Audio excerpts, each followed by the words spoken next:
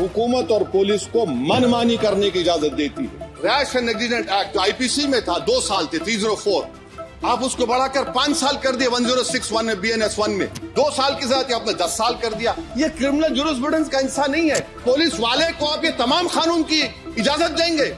याद रखिए, जिंदगियां बर्बाद करने का काम आप कर रहे हैं और सबसे बड़ा इसका नुकसान होगा।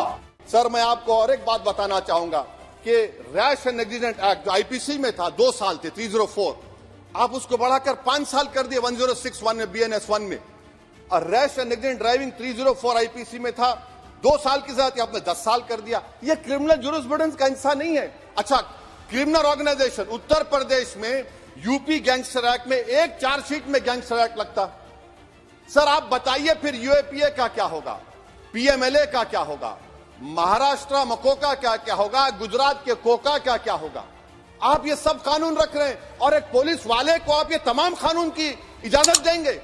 याद रखिए, जिंदगियां बर्बाद करने का काम आप कर रहे हैं और सबसे बड़ा इसका नुकसान होगा। किसका नुकसान होगा? दलितों का, मुसलमानों का, आदिवासियों का।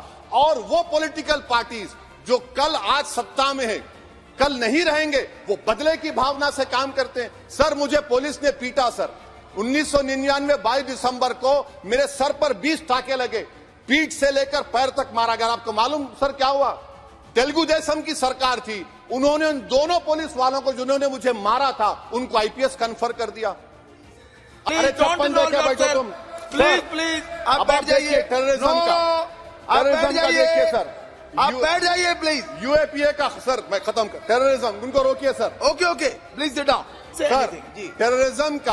टेररिज्म का डेफिनेशन में आप देखिए, यूएपीए का सेक्शन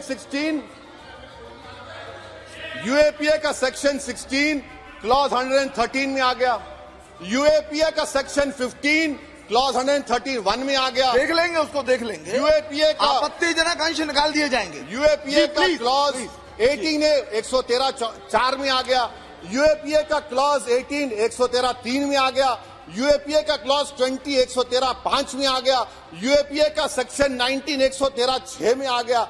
अरे भाई साहब, फिर क्या बचा है? आप यूएपीए से, मकोका से, गुजरात कोका से, पीएमएलए सब ला लिए।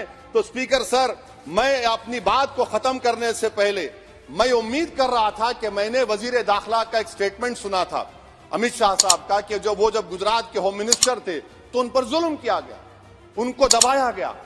मगर हम ये समझ रहे थे कि जिस शख्स पर नाइंसाफी हुई है, जो वो क्लेम कर रहे हैं, तो कम से कम वो दूसरों से नाइंसाफी तो नहीं करेंगे। आप क्या कर रहे हैं? अरे ऐसे हजारों लोग हैं जिन पर जुल्म हो रहा है, ना उनके पास दलील है, ना उनके पास वकील है, ना उनके पास आजादी है। तो ये तीन सर मैं आखिर एक लव ये तीनों कवानीन हमारे मुल्क की जमहूरियत के लिए, इन गरीब तबकात के लिए नुकसानदेह साबित होगा। और ये सरकार को मैं चार्ज दे रहा हूं, आप चेक रिपब्लिक में निखिल गुप्ता बैठा है, लेके आओ ना उसको।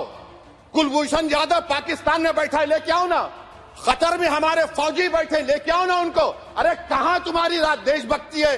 अरे निखिल गुप्ता को लाओ, इस कानून में इस्तेमाल करो। मगर वो नहीं बोलेंगे। मैं इस कानून के मुखालिफत में खड़ा हूं जो भारत की जमहूरियत के लिए खतरा बनेगा।